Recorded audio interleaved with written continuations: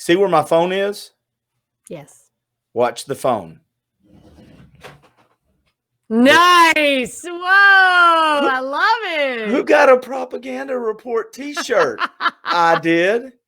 Thank you very much. Bam. You are welcome. Oh, so I'm just enjoying my cup of coffee. Oh, I'm sorry.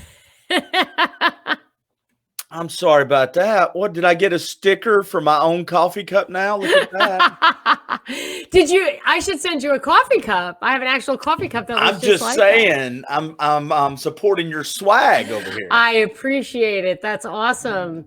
I love it. I'm so glad you got it intact. Thank you very much, by the way. You are super duper welcome. Now, last week we did have a glitch. My mic was not working. So I want to make sure that it's working this week pretty well and everybody can hear me. Yeah. Yeah, I think we can hear you. I checked it. It sounds good. There we go. Yep. There we go. How's life this week for you, Monica Perez? Everything's okay. I'm trying to think if there's any noteworthy events. Well, you seem just it seems like the last couple weeks you've been running into this thing like you've been kind of coming in like sideways, like Duke of Hazzard. It's so busy in my house because the kids are all like homeschooled more or less. I mean, they're teenagers, so the older ones, it's not a big deal. I love my swag. But my son, my special son, like I really have to pay a lot of attention. Plus, these kids have gotten into the habit now of strolling into the kitchen any time of the day or night. And I'm sitting there working. So there's like 5 different breakfasts and lunches and dinners and a lot of cleaning. And I'm a busy girl and I'm trying to keep up on the news and trying to get in depth. And then everything is like 75% of what I see across the screens from the mainstream media is distraction. The other 25% is complete bull, but 75% is a diversion. This is the first, I'll be honest, up until the last couple of weeks, I have handled news with a grain of salt. I have taken it well. I kind of know what's meant to, it's bothered me, but not that bad. The last couple of weeks, the audacity of the mainstream media to just assume that I don't see what they're doing. And again, me and you differ on this, but when they start ignoring the stuff, they ask Biden these softball questions. They ignore things. How many times does Trump have to denounce that he doesn't like racism? How many times? How many times? And I watch this and my blood pressure just ticks up. And so I've actually this week tried to watch less. It's not done. I'm not done good at it. I'm not done good at it. Well, I think that part of all of that is to make you be on Trump's side. And they do it blatantly to make you feel divided and oppressed. They do all this stuff to make each side feel like everything is very one-sided. So even if you look at how they talk about the Boogaloo Boys and the Proud Boys, and now the people who wanted to abduct the governor of Michigan, I think it was. You mean the anarchists that actually that didn't like Trump, those people. Yeah. Watchmen, militiamen, whatever. I mean, regardless, all those, including Antifa, in my opinion, and probably Black Lives Matter as the organization, I think they're all there to make the other side outraged by how much worse the opposition is, to forgive their own side this coordinated coup. It's working. Both sides are involved in the coup. Yes, it's working because I'm getting pissed. Yeah. And it takes a lot to get me to piss level, but like ready to confront level. Like I'm getting tired of the blatant. Well, they would love that. They would love it. I don't think they would. Yes, they would. They would love it. I call it.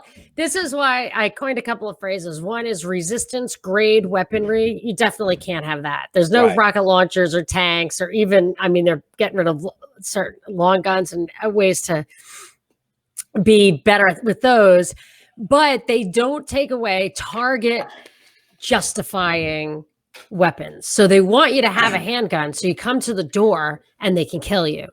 So they want you They do. They want, it's like a Hungarian Revolution. They told everybody to come out and resist.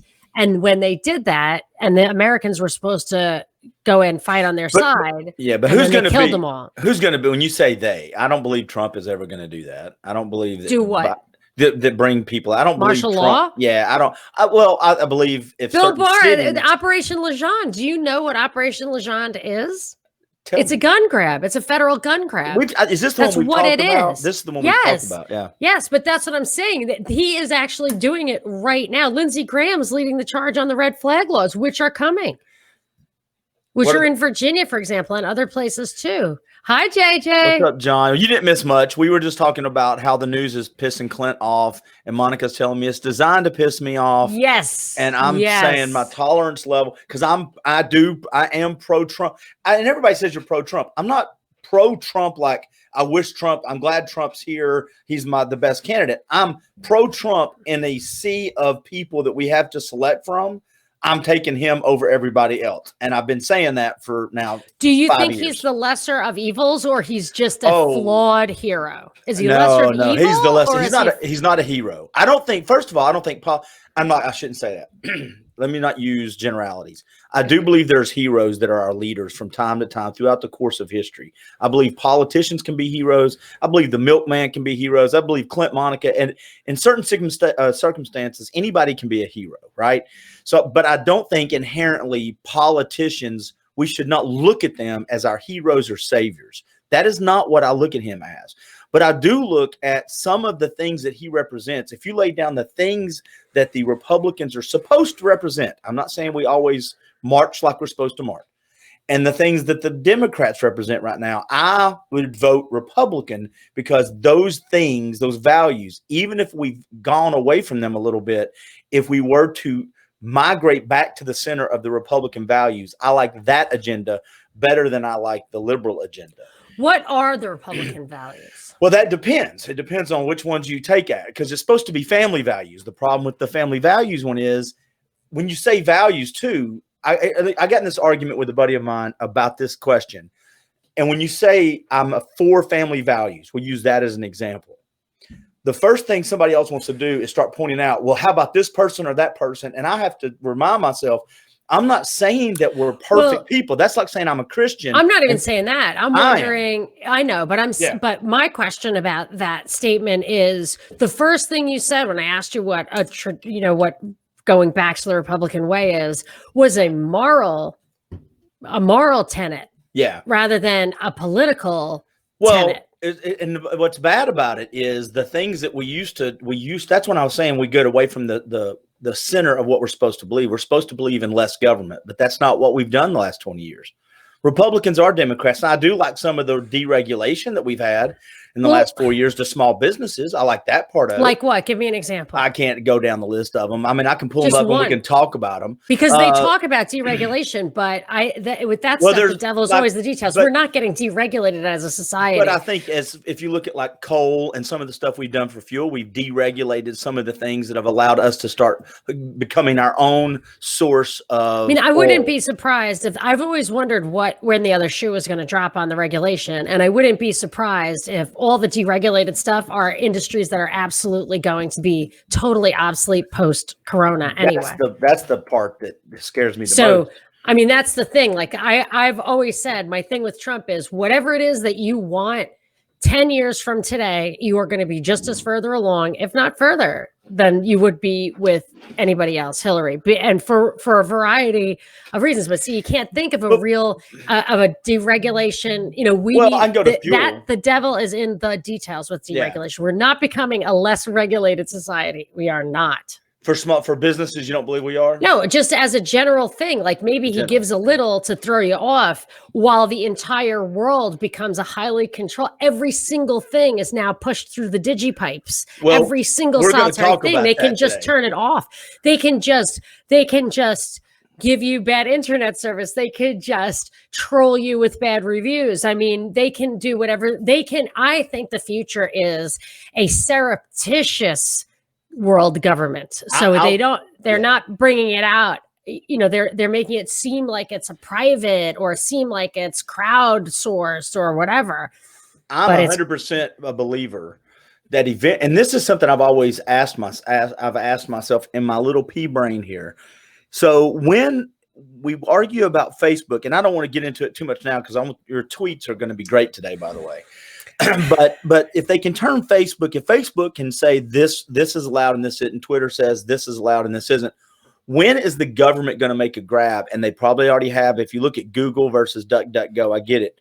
But when are they just going to be able to say, this is information you can't have? The internet is closed off to you at this point. We are not going to have this portion of the internet. When you type this website in, it no longer exists. Yeah, that happened in a big way in 2018 when on February 14th, 2018, when Parkland happened, that story of Parkland, which we still don't know, I think, the truth about. When that came, I said, hey, every single incident like this that I have ever come across, I have been able to research very quickly and find conflicting evidence from the official narrative. So I could pretty much figure out what really happened, why, and by whom, if I acted quickly. That day, there was absolutely nothing. There was no independent people on the ground sending their videos up. I mean, these were thousands of kids who were getting shot up. They were all in closets on their phones, and you got none of that. I don't know why, but you got none of that. And I said that week, this is the end of the internet. And funny enough, in August, my site was taken down of WordPress, and I have never recovered. I mean, WordPress is a fantastic platform for people. It's very cheap, easy to use. It's fantastic. And the fact that I've had to, I don't know anything about this stuff. I don't have extra money. I don't have extra time. I've tried to rebuild it. I cannot rebuild an entire platform myself. It's just something I don't have. I could probably figure it out, but I just don't have the time. So now I have to put money into it. It's still not there. You still cannot easily find the many articles I wrote over the years about ideology, economics, politics, a lot of things. See, that I guess that's what I'm alluding to, and that scares me the most, is because I think eventually the argument's going to go from Twitter and Facebook, the censorship argument, to the thing's just going to disappear. It's just the internet is just not going to. You're just not going to be able to. And by the way, those websites and those articles aren't gone. But guess what, Clint? You just don't. You have limited access to the internet because you have this certain. We talked about this. You have a social score. Your social score is so low, Clint, that we really don't trust you to get on the internet right now. So there are some sites where when I go through my Firefox browser, it says I have been denied access to that site. But if I go to Safari, that's happened to me many times, and I don't know why. I doubt it's me, but it could be. It could be me. Then there's stuff that's 404, it gets pulled down. But one of the tweets I sent out, which I think it would be a good time to talk about, is the Section 230. That's what I was going to get to. Hey, real quick, let's go through some comments, and then let's talk about Section 230. Let's talk about that. JJ Boogie, they may ease up a little bit on some, and I agree with that. They absolutely do. And but the problem with it is we're talking about all this now, but it's not new to the Trump era. It's not new to the Biden era. This has been going on for 20 years. This is our longer. Yeah, Trump is the old stuff on steroids, in my opinion. He's a clown, a big distraction. You stop. It's true. That's why I know he's going to win and not Biden. Trump has been worse on gun rights than Obama. That may be true because he appeases because people like you don't want to hear it. Hey. La la la. But here's the thing. Look, I don't even hear you. I don't hear you. I can't even hear it. This is the thing. The big distraction. Here's the thing. Trump provides a tremendous distraction and really keeps the patriots down, really keeps the armed citizens down. He does. So he is definitely, either there's going to be like an all-out 3-month back and forth with who's going to be president, but 1 year from now, the guy who lives in the White House, I believe, will be Trump or Kamala Harris. Republican. It won't be Biden. Oh, could be Kamala Harris because she could be his vice president. Biden will not be. But you know she could be his vice president, right? Yeah. Well, you realize she could be Trump's vice president. Because if there's a contested, or they call it contingent election, that's what Binkley says. But I think that's I believe him, but I think it's a weird expression. Anyway. By the way, real quick, you need to be nice to me. I'm showing your swag. So quit being hard on Trump, damn it. I should have sent you a mug so that you could really You could really throw it out there. Thank you. I am nice to you. What, isn't this part of the fun? Yes, absolutely. It wouldn't work at all if we agreed. You don't have me here because I agree. No. Why do you have me? Because of this. And I ask the questions. I hate to say, and you know this because we talk off the air a little bit. I ask questions that I kind of know the answers to on your end, and but I gotta hear it from you because I like stirring it up. No, you're a very good sport on this front. So, but I want you to finish. How can Kamala Harris be vice president? Because I didn't look into it myself, but Binkley's reliable researcher, and he explained that the way, if it's truly contested, the way they decide the president, they don't decide it on the ticket. They decide a president and a vice president separately. And I think the Senate decides the president and the Congress decides the vice president. I think it has to be that way, or Binkley wouldn't have said the Trump-Harris thing rather than a Biden-Pence thing. So if that were to happen, so I would say, I just think Trump is so entertaining. He's like a magician. I mean, or Barnum, he could really, really keep the crowd occupied 24/7, and they can't give that up. Even Kamala Harris, you could hate on her for a while, but she's very boring. She's very boring. Can I show you some swag I'm wearing? Yeah, and then I got to show some more comments. So this is it's called the Rye Guys. Oh, okay. And it's a sponsor of ours who makes really witty. This has all this really funny propaganda quotes on the back, really witty T-shirts, and I feel like they're great Christmas presents. So I just like to throw out the Rye Guys. The Rye Guys, and is it WRY? Is that how it's spelled? WRYGUYS. Look them up and buy a T-shirt. Yeah, you can go actually to thepropreport.com, which is my website, and you can find my merch, and you can find all my sponsors, every one of whom provides a good Christmas present. There you go. Hey, look at this. This is a buddy of mine, Chuck Vonshoff. I went to high school with him. He doesn't live in this area now, but he goes, I'm voting for Trump for the reason my good friend Dana said, I'm not going to start drinking arsenic just because I don't like the taste of coffee. So I think he's saying the lesser of two evils. Yeah, I gotcha. So just real quick, kid, on Chuck, I've got a video coming up with him next week. Go check out his page because he is a professional cartoon artist. Oh, fun. And superheroes. So he does, like legit, like there are companies that use his superhero drawings for stuff. He is a renderer like nobody's business. Really? Yes, he is. So stupid. So he might be able to do something funny with the name of the people who were trying to take out Whitmer, the Wolverine Watchmen. Yes, I bet he could. That really lends itself to cartooning. Republicans often want to give the feds power to regulate and control Twitter and Facebook. So let's jump off right there. That's what I want to talk about. Let's show this one other comment, but me and you are going to agree on this. I don't think we're going to disagree much. He also said we might as well congratulate Kamala on being the next president now. Absolutely. Namaste. She will be your next president because Biden cannot put 2 and 3 together and come up with one. I don't think Biden. I think it's going to either be Trump or a decision by the legislators. Yeah. And I just don't think Biden or Pence, but I just absolutely do not think Biden. And I took a poll and 1,000 people answered the poll. And I answered it. I was one of your answers. Yeah. 75 to 80% at any given time that I checked the poll said Trump would be the president. I only had Trump, Pence, Biden, and Kamala, but more people thought Kamala would be president than they thought Biden would be. Well, did you hear Biden? And then when I want to jump off on it, but did you hear Biden talk in the town hall? I couldn't watch much of it because he's just incoherent. But I sampled it. Oh, was he incoherent?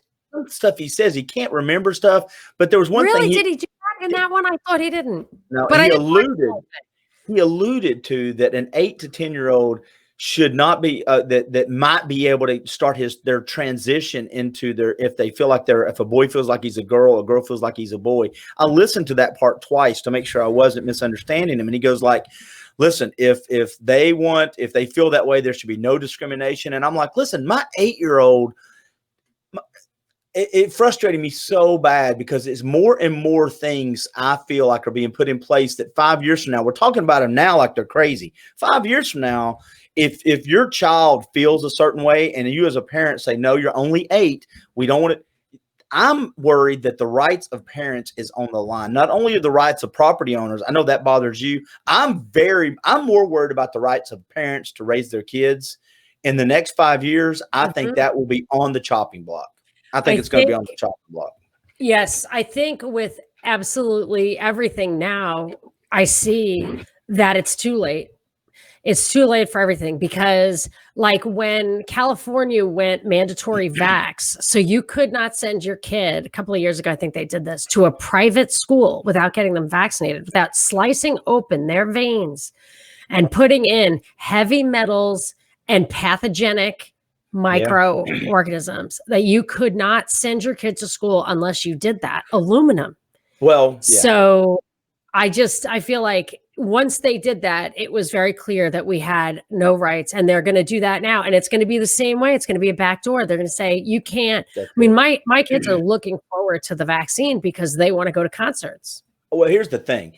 You look at it now, and you've talked about headlines where somebody's had a BB gun or a regular gun in the background. There's a kid now that got kicked off of Zoom because he had a Trump flag in the background of his house, and authorities are sent to these people's houses if they think they see a gun. Well, I'm thinking, and I heard this on another podcast, matter of fact, I heard it on the Ben Shapiro podcast. I love Ben Shapiro. He bashes Trump as much as any of them, believe it or not, if you listen to him. And he was talking about he sees it 5 to 10 years down the road. If your 8-year-old comes to school and says, I feel this way today, and they come back tomorrow and say, well, my mom and dad said I don't feel that way. Down the road, that could be cause enough for someone in government to say, we need to visit that house to make sure that the parent is not standing in the way of the rights of the 8-year-old. And that's when I just see all these little tentacles getting into our families. Well, I'll tell you, there's a few things. And look at this comment real quick. That's my buddy Chuck Von Chopp's website. If you want to go check out the fantastic cartoon artwork, there you go. Thanks, I'm Chuck. writing it down. Yeah. blaqthumb.net.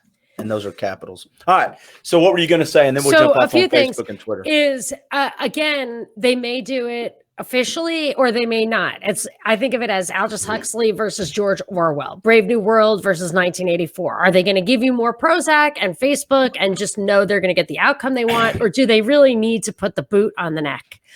I'm not sure, because the way they have the kids under their control through the screens, the kids are already pressuring. They want vaccines. They don't want you to come out as an anti-masker or a COVID denialist. None of that. The kids are on board. And I would have thought the kids would be like, I want to go out and play. Like, this is crap. I love it. My daughter's not on board. Mrs. Perez doesn't believe in it.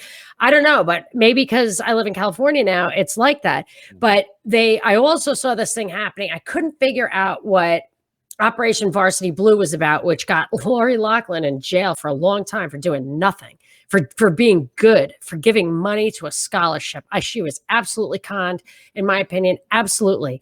But I was trying to figure out why they were doing that. Why are they trying to cut off all this private funding to schools? And I guess it's just obvious in retrospect when I put it that way. They're trying to take, so the super Ivy Leagues that have billions and billions will be fine. But all other private schools, if they can't count on money from people like Lori Loughlin, then it's going to be they've already started closing those schools because of COVID anyway. So these things, it's a double whammy. You froze up and we missed the part of, you said the Ivy schools will be fine because they've got billions. And then you froze up for about 3 seconds. All the other private schools will suffer from both a lack of funding because of the Lori Loughlin thing, and like the Varsity Blues, where people got in trouble for giving money to get their kids in. The schools themselves might use that as an excuse to not take private money anymore in bulk like that, which they need. And then you see that combined with all the closings from COVID that have already started, then you're going to have everybody is just going to funnel into public college. And if they make it so that you really cannot, and this is true, you really can't get any job that has to do with thoughts without a college degree, even though I think the college degree often curtails your ability to think. You could probably be I wrote down to ask Monica if she thinks college is even necessary. Can you believe you're talking about this? Yeah, I believe it. No, it's not. And there was a case called Duke v. Board of Education or something like that. Duke, and it sounds like Duke the school, but it wasn't. It was Duke Power. Duke Power. And I looked for a case like this because I knew it existed. It had to exist. They considered it racist in its impact, if not in its intention, to give people tests, aptitude tests, in order to get a job. So you're not allowed to give, and it's such a it's really exploits the I actually remember racial that. issue. Yeah. So they said you cannot give people those tests to get a job. So how do you give somebody an IQ test? You see what college they went to, because colleges are allowed to give those tests. Colleges can give SATs, and then that's all they're good for. But so even that's being challenged now. The SAT and the ACT is being challenged. Yes, I understand that, and I don't like that because that's the only way. Well, I think what they're doing is going to. I think they're going to take that away to make it easier. And then what you just said, if you're looking at colleges because you can't give an IQ test and it's easier to get into college, then I think that's where you just get more people hooked on the state. Agreed with all of that. I think that it doesn't even necessarily mean it's easier to get into college. I mean, there are X amount of spaces that and there's a hierarchy. It can't be easier. It'll be different. It'll be where they don't have to look at your IQ anymore. What they look at is the A's and B's and stuff that you got from a person subjectively. They can look at your identity. They can look at your politics. And because there's no longer any blind, objective standard, then it just becomes where they can really select for all that and totally block you out of the higher jobs. And because colleges are the only way that they're the only litmus test for a company to figure out if you have any aptitude. And if you don't go to college now because of that, people will think it's weird. Now, maybe they will turn away from that. Maybe companies will just start trying to hire people who didn't go to college. I doubt it, especially since now that all the middle and smaller companies are going to get wiped out in the COVID thing. Yeah. Everybody's plugged into the top. I mean, it's a continuum, corporate, governmental, academic continuum. Seeing where I live, there's a big kick for, and maybe it's the circles I run in, even asking, is college necessary? Is that really what education is? I mean, because, college has the last 50 years been the goal to send your kids to college, But it's also become a money-making, they print money. And it Not is just that. Well, and this year, I think we've talked about this. I'm not 100% convinced that college is necessary to be successful. As a matter of fact, I know it's not. And I know that everybody's dream shouldn't be to go to college. There are friends that I have that did not go to college that are way smarter, way better off than I am with a 4-year degree, which took me 6 years to get. Now? How are they doing right now? Good. What businesses are they in? They're either electricians or they're plumbers or they're mechanics. Okay. I got a buddy that's a mechanic. That's what I say. Electricians and plumbers and mechanics, okay. But if they were small businesmen who started a hardware store, they're effed. So you can be the guy who cannot scale, right? Because it's very hard to scale when you're the guy. It's like a doctor. If you're the guy who's actually doing stuff, you can make a lot per hour. You can't really scale. You can't really move the dial. You can't really keep your doors open without masks. You can't really have a place that doesn't have surveillance. You can't, you're shut out of that. But a couple of other things that this push to college does, and what they do is they have you go to college without, it's actually basically more or less illegal to discriminate against somebody based on their major. So you can get all these loans, public and private, even though the subject you're studying will not give you a job. It does not make economic sense. So we're really entrapping these kids in that debt slavery as their first adult act. Before they even get a job or pay a penny of taxes, they are burdened with debt that can never be forgiven. Those might as well be iron shackles. And then what it does, another thing that very few people, I've never heard anybody who noticed it before, but I caught it because my mother was saying how World War II, which she remembers, broke up all the towns because they took all the men away and the men got married to other people. So it just destroyed communities because every single male that was going to fill jobs and become fathers were gone. And then maybe you got different ones coming back, but a lot of them stayed elsewhere. And what sleepaway college does is the same thing. It takes your youth out of your town, and maybe other youth come, or they all get funneled into the biggest city near you. But my daughter wants to go to school in the Northeast, and I live in California right now. I'll never see her again if she, 50-50, she marries somebody from there. Yeah, I've given my daughter the rule: if I cannot drive to you, if I cannot leave my house, I'm not paying for it by 9 a.m. and be to you by noon or 1 o'clock and be with you within a 3 to 4 hour drive, you're going to have some trouble getting away from, and not for any other reason, especially your first couple of years, because I have 2 other kids and older than her. So I've got the phone call at 12:30 at night where there's a problem, and I'm lucky that both my other kids went to school within a couple hours because I could get there. That's a great point. Absolutely. Because that's what I wanted to say is like, well, we're in California. There are as good schools. You know, I don't like the public school idea, but most of the private schools also follow these dumb agendas. So if you can get the kid to do something like science, my daughter takes Latin. If I could get her to major in Latin, you know, I think you could send them to those schools just as well as the other ones. I don't know. Yeah. I've said to them, if you don't want to go to school, tell me now. We'll take whatever money we were going to spend for that. I'll buy a house. We can flip the house and you can be, you know, you can try to do that. I wanted my son to apprentice at one summer as a tile guy, one summer as a carpenter, one summer. I want him to apprentice. I would pay the guy or I would pay him and the guy wouldn't have to pay. I've always envisioned that, but kids don't think that way. And of course I'm not the only decision maker. If I can't get to you, if I cannot get to you within 3 or 4 hours, you don't get to go. That's just good point. That's a great one. The phone calls. I had a phone call from my oldest son, 12:30. Somebody was breaking into his apartment in college because they thought it was a different apartment. He's on the phone with the police. His roommate's on the phone with the police, and he's calling me. And I'm literally doing, you know, hazards on 100 miles an hour going 90 miles from here. Oh, my gosh. So, but it sounds like it was okay, or we'd hear a longer story. Well, remember, we talked about everybody's got a past, right?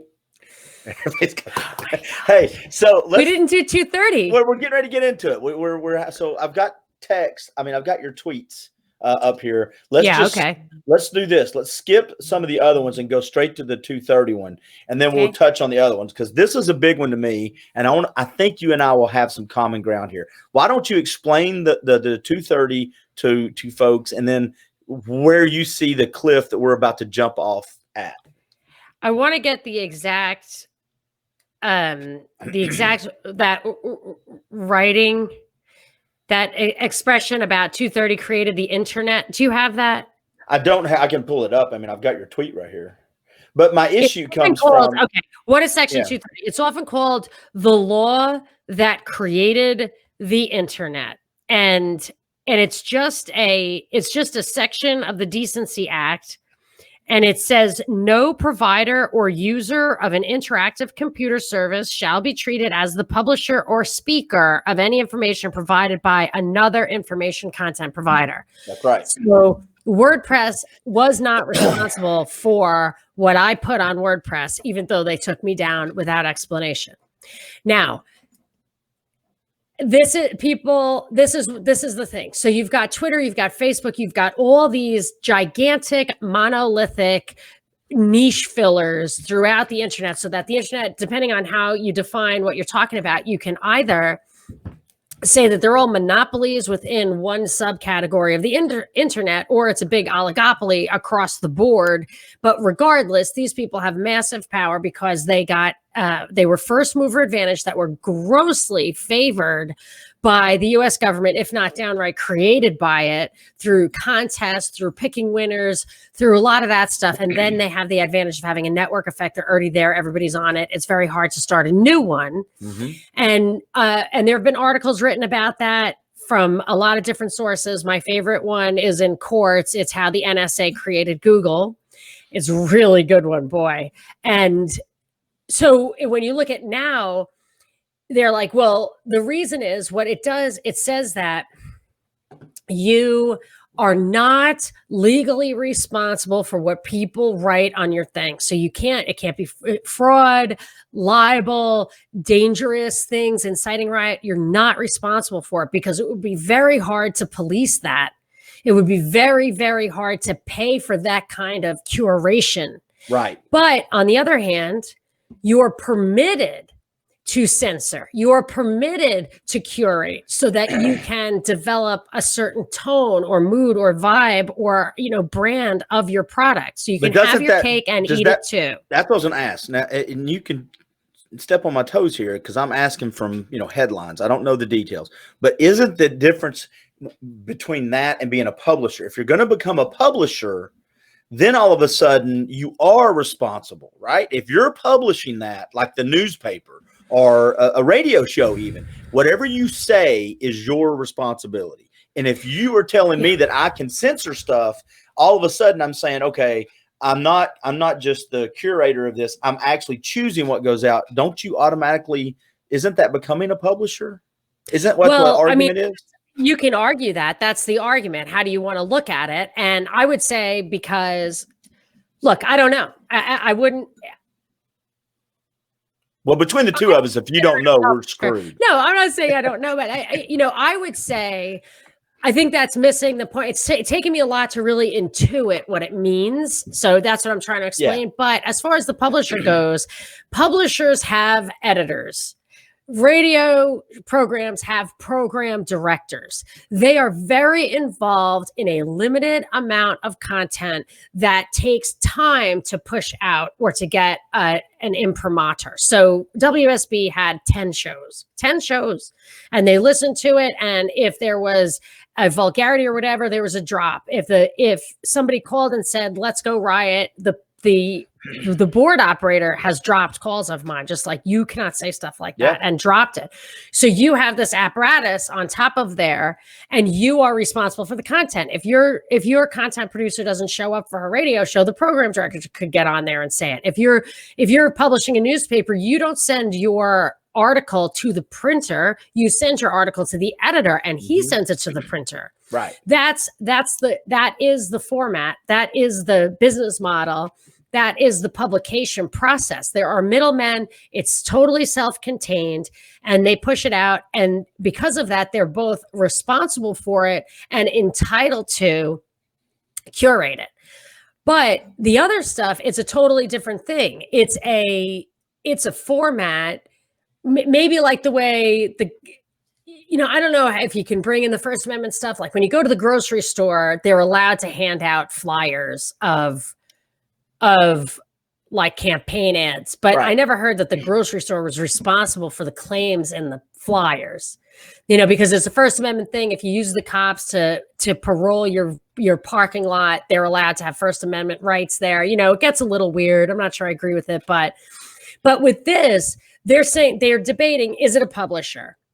And they're saying, well, if it isn't a publisher, then they are not permitted to curate, because that would violate the First Amendment, I guess, if you use, and I've always said that's because you're using patents, you're using government to secure your business. I'm thinking that. Nobody's ever else has said that. I don't know if it's true, but if it isn't a publisher, then you have no responsibility. So if it is, you would have the responsibility. If it isn't, you wouldn't.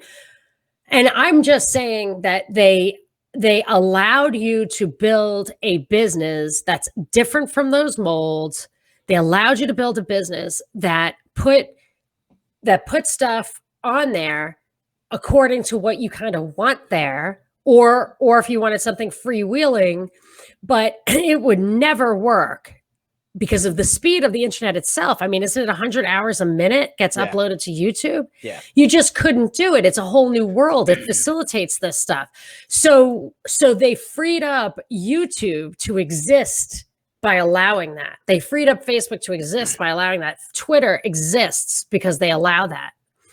And now that those companies are worth billions of dollars, YouTube itself, last I looked, which was at least a year ago, had 10,000 censors, curators, human beings, not to mention the algorithms they can build up. And funny enough, they do not permit third parties to go in and censor stuff for age. So I wanted teen-friendly content. They have little baby stuff, and they have sky's the limit short of porn. That's it. And I've investigated it relentlessly, and they say YouTube does not allow you yourself to curate it for inappropriate content. So like, get that through your head. So now that they have it up there, they have it all up there, and they have all that money, and everybody's going through it. They have figured out exactly how they could implement high-tech software and people to curate it all.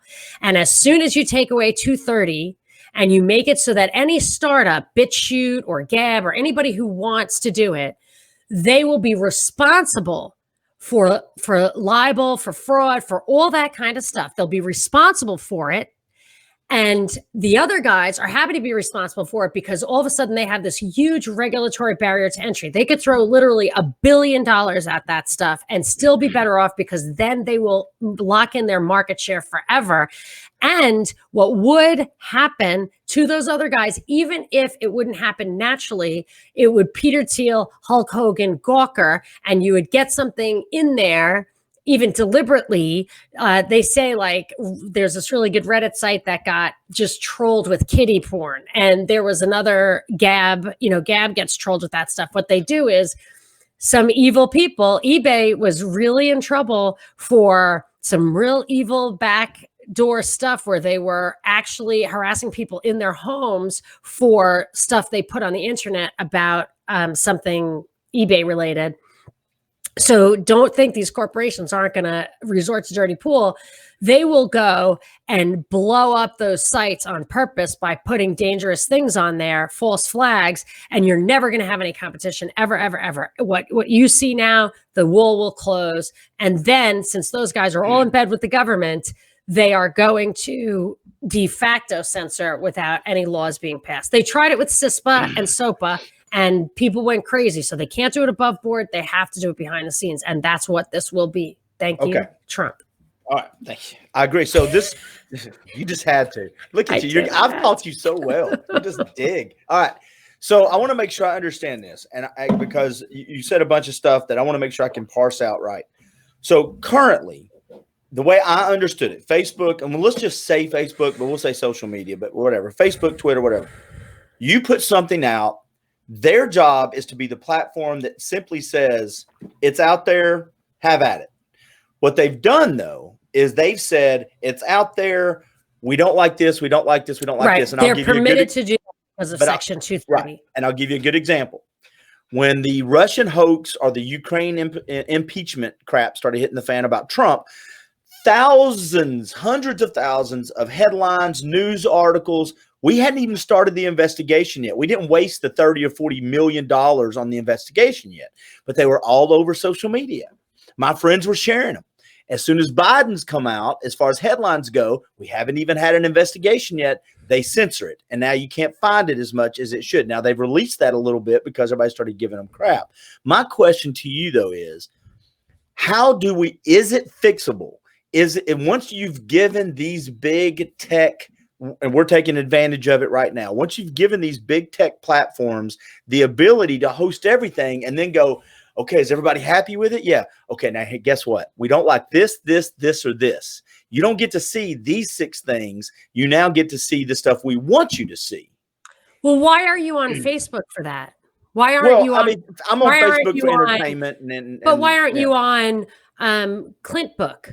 Now, this is where we're going to agree. Because you cannot get started. There's a company right now called, is it Rumble? That's the video company that's come out. And there's Parler. Rockfin is what I'm on. There you go. And there's Parler that's supposed to be the counter for Facebook, which are great. I've perused them. I've looked. But the chance that they ever get to 20% of the success rate of these major companies is nil. They have a very small chance. Well, not if no, that's not true. You think they do? You think they could be successful? Absolutely. I think that all along they could have been. The fact that that Facebook has such dominant market share on such an easy to enter business is in itself evidence that something is going on policy wise that prefers it. Yeah, the back door, this stuff. Facebook started the day LifeLog closed. LifeLog was an overtly government operation to do the exact same thing as Facebook, and it did not catch on because people knew it was run by the government, and Facebook came instead. And I was looking, Sheryl Sandberg, I think her name is. I'm gonna look up LifeLog. Yeah, LifeLog. I thought it took over from MySpace. LifeLog. No, MySpace got destroyed. I don't know why, would happen, but I would have to look into it. My daughter, I told you I was going to interrupt. Yeah, go ahead. She got her driver's license this week, everybody. So she's texting me. Woo! So, yep, be safe. My daughter's on that road too. They must be the same age. Yeah, 16. So yeah, LifeLog was a government operation. No, you can do your thing. I'll just chatter about it. Go for it. So just that LifeLog was a government operation that asked us to record our lives in pictures and words like a public journal. diary to share. And then everybody would pick that up. But I'll tell you, I was reading something interesting that the way the internet was before Facebook is that everybody had their own blogs and vlogs. So you would go to your friend's site. You could have crossover there. And that was how it was working. It was so independent. You didn't even have a clearinghouse for it like Facebook. And you know, what's wrong with that? Why do you need to talk to 1,000 people at once? Why does my daughter have friends she's never met? Well, I don't know. I don't see. I think if you start limiting that, I mean, I'm not limiting it. I'm not limiting it. I'm just saying why is this? How on earth did something so wide open have monopolies emerge? It should have been like herding cats. It should have been impossible for that to happen. And it wasn't, because of things like having contests at MIT that the Department of Defense funds and giving that person a huge grant. I mean, they picked Sergey Brin because of his search engine. NSA picked Sergey Brin to do Google because they wanted to use it to monitor searches, to create profiles of subcultures. Have you seen The Social Dilemma on Netflix? Have you seen that? And Sergey Brin and Zuckerberg were both in that crazy Johns Hopkins program as teens. Zuckerberg was a classics major. Zuckerberg has memory. He has memory. That's what his job is, in my opinion. There's a Netflix show called Social Dilemma. Have you seen that? Yeah. No. I think we should watch it people and talk about it next week. Okay. Because I have a hard time with propaganda. Well, it talks about how bad social media is for the brain. I mean, I've got a buddy who actually stopped using it. If you want to do it, I will put my effort into it. Yeah, they probably wanted to stop you. They probably want people who think to be off of there. So if you want, I will put the time in to watch it. And I say we watch it and discuss it next week. Okay. Or and the then week after, or whenever you're not, because I think you have an anniversary coming up. I have two things. I'm going to be at my mom's house a week from today. So we could do this. I don't know what her internet is like, and I hate to disappoint. So I am going to plan on it, and maybe we could have my mother in the background say hi. Exactly. I think my sister, the Hidden Fran, is also going to be there. So we could do that. That'll be fun. And then November 7th, I'll be out of town for my anniversary. I'm definitely not doing a show on November 7th, but we could do it. I don't want to commit to, let's do it 17th, 24th, 30th. Yeah, we'll work it out. I'll see when I can do it, but I will put Social Dilemma on my homework pad. I do want, though, to wrap up the 2:30 conversation, because I want to get your take on it, because I think we both agree it's a trap. He's setting us up. I don't think the government should get involved in controlling that. I don't. No, and they shouldn't repeal 230 because it's the nature. That's why it's called the law that created the internet. The nature of the internet is that it gives individuals a public voice. And now that they have literally, by use of force, denied us our First Amendment right to assemble. Oh, okay.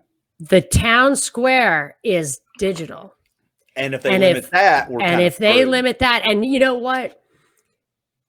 Everything that's anti-government is considered domestic terrorism. So you will simply not be able to object to what the government is doing in any real way, because they will require that is censored. It'll have, you're right. It will have no push on it. They'll have no weight, no momentum. It'll just be you screaming out your front door, and that's it. That's all. Yeah. You won't be able to do anything. Totally. I know, but you got to, I was so surprised. I was in I do this thing called the Union of the Unwanted. It's such a privilege to be invited to that. Yeah, I really appreciate that. And, but the first time I was on it, I said I always try to keep it to like one sentence because there's 18 people. And the first time I was on, the only thing I said was that I was afraid that Trump would get rid of Section 230. And I was surprised because a lot of those people are very pro-Trump. And I think As they they think should that, be. I think, well, I think they think he's Batman, you know, that he's going to, you know, that he's going to save the children, and everything. But so I was surprised that they kind of jumped all over me and said, no, it would be great if he repeals 230. It'll save conservative media. But I totally disagree. I mean, it might save Republican media. But doesn't it? Aren't helping anything. I guess my problem comes from this is I feel like we're all put into categories now because I support Trump on this election. I don't think he's a savior, and I don't think he's a great guy. I don't think he's this moral, this North Star to. I don't think that, but I do think of my votes that I give, he's the best option for me. And I get it when people go, "Why is that?" Well, a lot of it has to do, like I've already said, what's on the other side. So when I hear people say that I think he is Batman, that frustrates me because I think that's bullshit. Because I don't think politicians, again, I'm not saying there's not politicians who've not been say heroic. He's not a politician, which is laughable. Well, it depends on how you define president of the United States. Yeah. Give me a definition of politician. No, me and you are going to agree on this. We're going to agree on this. I think you can't be what he is without being a politician. And what's funny is when you're in business, I've been in business, and when I've watched people go up through the ranks inside a company, you know what people say? It's all politics. Politics has nothing to do with just an industry. Politics is a way of dealing with people. It's manipulating people to get what you want, to lead people maybe down the path of good and maybe down the path of bad. I don't know. That's excellent. I forget the name of the person who first laid this out, but the concept of there are two ways to get wealth. One is the economic means whereby you create it. Mm-hmm. And the other is the political means whereby you appropriate it from the person who created it. Well, look, I mean, that's what this is something I know we'll agree on. How many times have you seen, and there's a meme going around about pro-Trump, so don't freak out. I'm not saying I support it, but when you have someone who's rich that goes into the White House and gives his income away, other than people like Joe Biden, who's been in there for 47 years and making whatever he makes, and now he's worth millions. I bet he might even be worth $1 billion. Yeah, but after that Chinese thing. Look at that Peter Schweitzer book was very revealing. I guess my point on that is career politicians always end up leaving politics millionaires. I just looked up Nancy Pelosi and Dianne Feinstein, how much they're worth. And I think they're both, you could estimate $100 million. And both of them, they say it's because of their husbands. And I will say this time and time again. You look at these guys and every time you read an article, it's like, well, it was his wife or his wife's family. Or it's like, though, in my opinion, those other people are beards set up by the politician himself to receive the benefits of the office. I mean, that's what's happening with Hunter. Hunter Biden isn't a crackhead whoremonger for nothing. He's not like secretly by night some financial genius. He's just a face job. Well, and how many times has someone been in politics for 20 years, 15 years, 40 years, and now all of a sudden it's a family business. Politics becomes your family business. Nancy Pelosi, her dad was really, I think, exploited the race card. Early, her dad in Baltimore. And she's related to Gavin Newsom. Like her husband is. I just think it's funny everybody calls Trump's the racist when Biden's the one walking around going, he said so many. It doesn't matter who's a racist or who's not. It's not about being a racist. It has nothing to do with what's in their hearts or what's in anybody's hearts or any of that. It's an issue that's being exploited, and everything you want to tear down. That was one of my tweets too. Everything you want to tear down, they say is racist. When they tear down statues of our colonial past, they are destroying history. And what do they say about history? You don't remember it. You repeat it. And that's what it's for. And not only do they tear down colonial, they don't even know who they're tearing down. Some of the statues they've torn down are actually of people that were fighting for freedom. The African-American statues are being torn down now. They are trying to tear down culture itself, in my opinion. And I'm not a fan of that kind of culture, but even New York City, they're emptying it out. And it was a bastion of high culture, which I wondered why we were still permitted true high culture. You ready? We got tweets. We're running up on time limit. We've talked about 2:30. Okay. So 2:30. Yep. Fine. Okay. I don't like it. I want it to stay. I agree with you. Me and you are agreement on that. Blood type may predict your COVID risk, study shows. I have been saying from the beginning, the reason I wondered if the reason the PCR test is so totally, in my observation anyway, completely disconnected from symptoms. I know people who've had symptoms who got a negative and people who have no symptoms who got a positive. No correlation, if not inverse correlation. And my theory was that the PCR test tests something else in your blood, maybe other kinds of illness, maybe just being old. And I even mentioned numerous times it might test something like Rh factor, or not the Rh factor, but something like Rh factor, where like some people have something in their blood that gets them to test positive on these particular PCR tests. Right. And now they're saying that the PCR positives are correlated with blood type. Well, I wonder did it say what type of blood? Because I was going to look that up. It said, O doesn't get positive tests, roughly, I think. Now, does that, between me and you, does that mean they don't get the positive test and they can still get corona, or is that what you're saying? It says that they're less susceptible to corona, but actually, now that, maybe I should try to find the original study and read it, because they said they kind of mixed it between positive tests and symptoms and being ill and getting it. They would say that the people with O got it less severe, but I don't know if that means got symptoms or didn't get symptoms. I mean, I would have to read the original study, which is not a bad idea. All right. My daughter just texted me as a good daughter and said she arrived safely. So we're all good, everybody. Girl. We're fantastic. We weren't worried. I was worried. This is my third kid. Of course. That's my third kid. Driving is what you got to worry about. And I hate to say this, my other two are boys, and I worry just as much about them.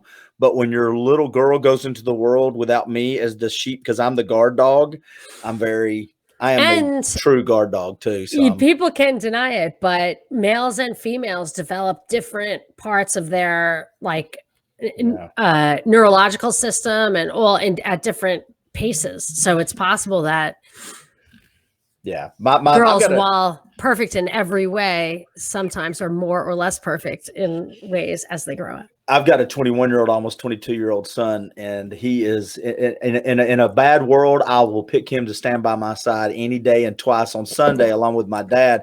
But he has the brain of a 13-year-old. So, oh my gosh! Yeah, well, I have that too. Except for my son has Down syndrome. My son's just a boy, and I think boys are like that. Interesting article from 2013. This is 2013.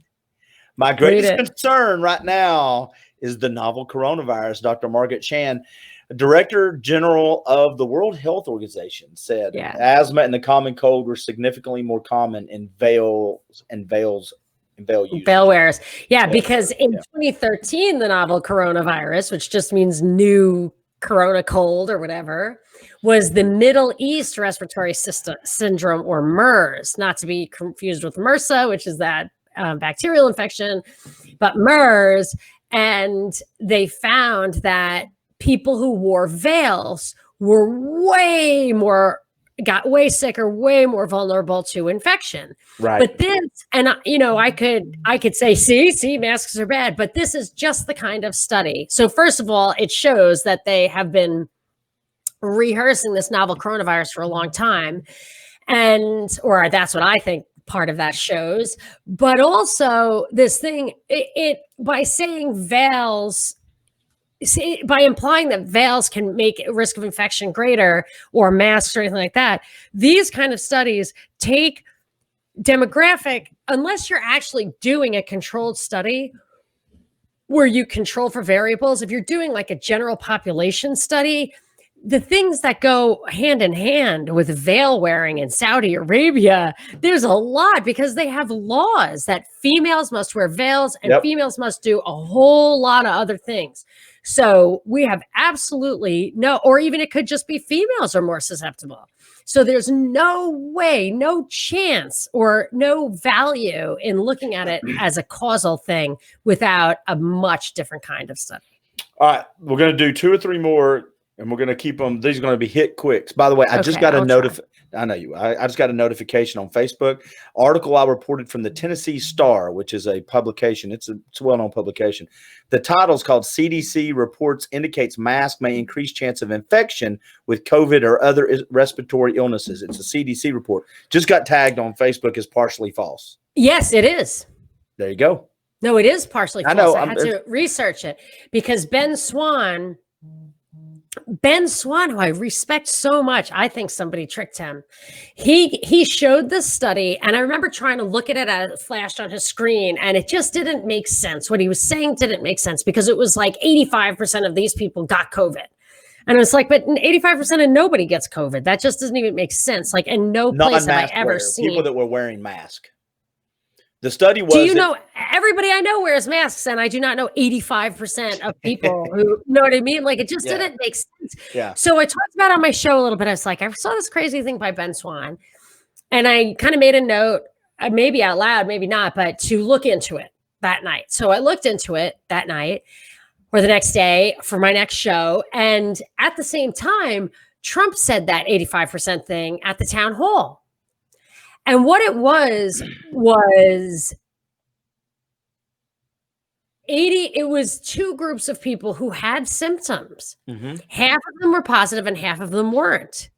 And it was set, I don't know where the 85%, but 71 and 74% of those people in those two groups wore masks always or sometimes. So you took people who already had it and you asked them if they were wearing masks, and they were. But that means nothing. That doesn't say anything to you, except for that everybody is wearing masks and some people are still getting sick. And you can't draw a correlation to anything off that. Well, it's not even correlated. There's no correlation. So there's nothing to correlate. Those variables don't make sense. And so I keep doing that. So what they do with that is, what I thought of that was that here you have all these people who are sick. Half of them were positive and half of them weren't, and most of them wore masks. So I would say if that did anything at all, it would make me question whether people get sick, people who are sick with COVID, that if people have the exact same symptoms. So you have all these people have the exact same symptoms. You have all these people who have no symptoms at all. And in each of those groups, people have a certain number of positives for COVID. And I think you could take that data and figure out if there's any correlation at all between symptoms and positive tests, because I have observed that there is not.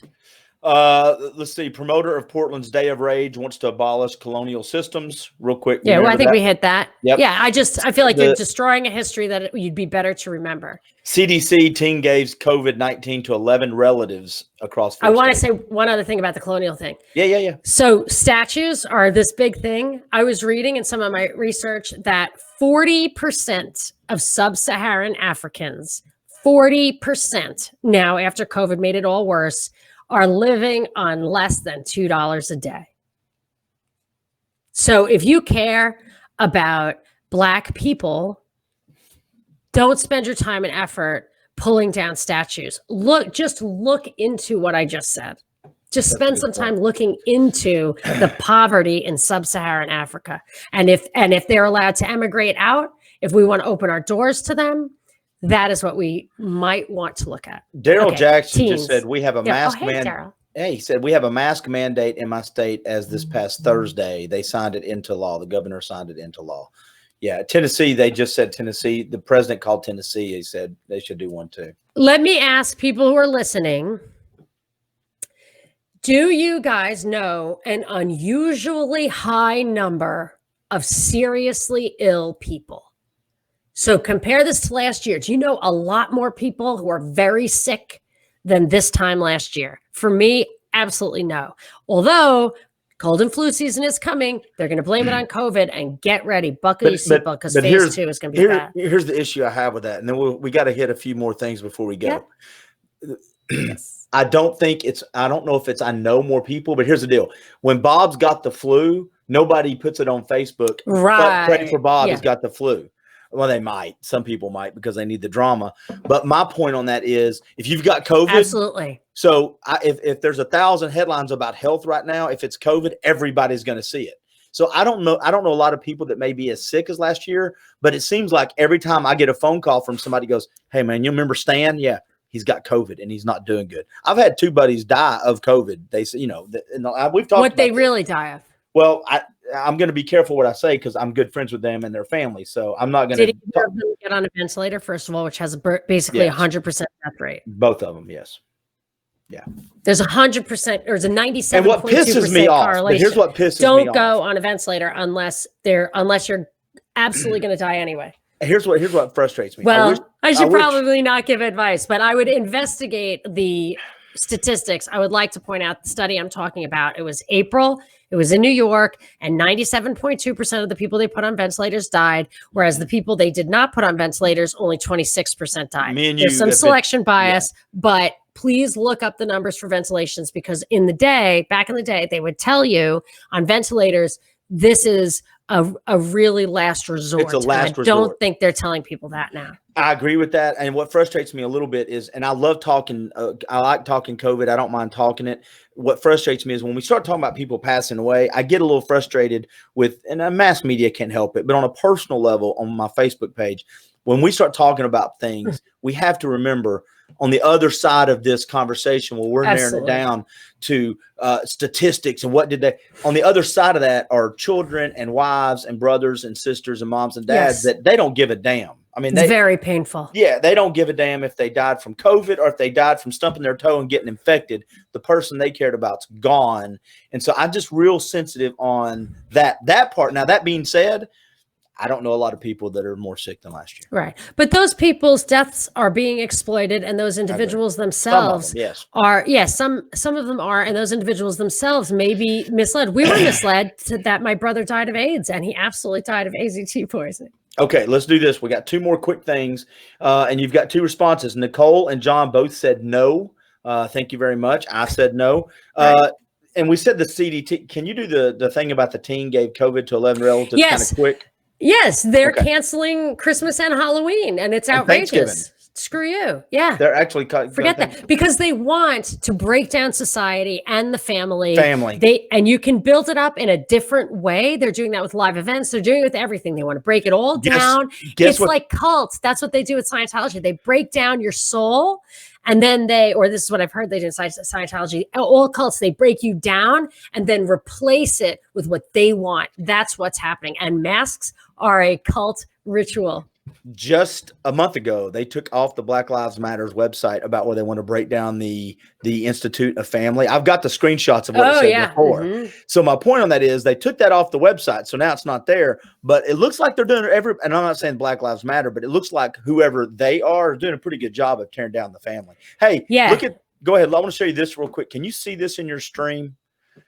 Through Yelp. That's happening. Oh, wow. They're going to start putting that little thing up on businesses as you travel. And does it have a narrative of both sides of the story? No, I don't know yet. That's outrageous. Okay, so then are internet companies going to be required to do that when you've got 230 pulled away? I don't have a clue. Yelp is making it clear. This is what these big guys do.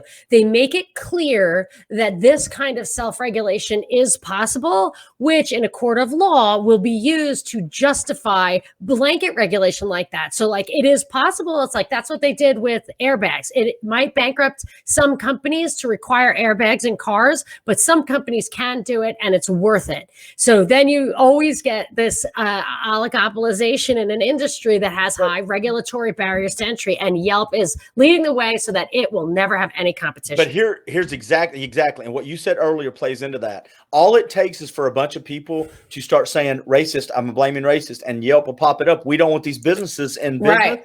Next thing you know. Credibly accused. What does that mean?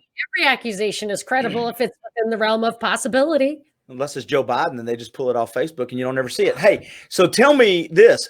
If by some chance somebody watches this, because I know I've got a role and you do too, and they go, I want more propaganda report. I want a t-shirt. I want a Rye Guy shirt. Yeah. How do they put that sticker on your laptop. How do they find out more about your podcast, Monica? thepropreport.com at the top. It doesn't work a lot for a lot of things, but it will work to get you merch like that, merch like this, support our sponsors, especially at Christmas time. And thank you, Clint. And then if you want to hear the show free, Propaganda Report on any podcast feed, please subscribe. We want to get up in the search engine and leave a review on your favorite podcasting platform. That helps tremendously. But if you want lots of extra content and super fun cocktail parties, which JJ from the UK actually got up last night to attend, and I hope he wasn't disappointed because everybody's drunk. Who wants to see that if you're not drunk? Did you have a party last night? I did. Did you want to come? You're always welcome, Clint. I'm always welcome, but you don't seem hungover today, so it must have been a pretty tame party. No, I'm not. I don't know what happened. Oh, I had to do a podcast after. So anyway, I know, long story. I won't get into it. But anyway, patreon.com/propaganda report, all sorts of Monica and Brad goodies. We're going to wrap this up by saying this. I saw your interview last week you did after my show with the lady. I can't remember her Melody name. Krell. Great interview. Yes. And I think you... That's on my YouTube channel. So it's youtube.com/Monica Perez. I want to support your efforts to do more interviews like that because you're really good at them. Good job. And the Union of the Unwanted is there. And all of these shows are there on my YouTube channel. Go check her out. Hey, Monica. You're so good, Clint. Yeah. So say what you got because people come...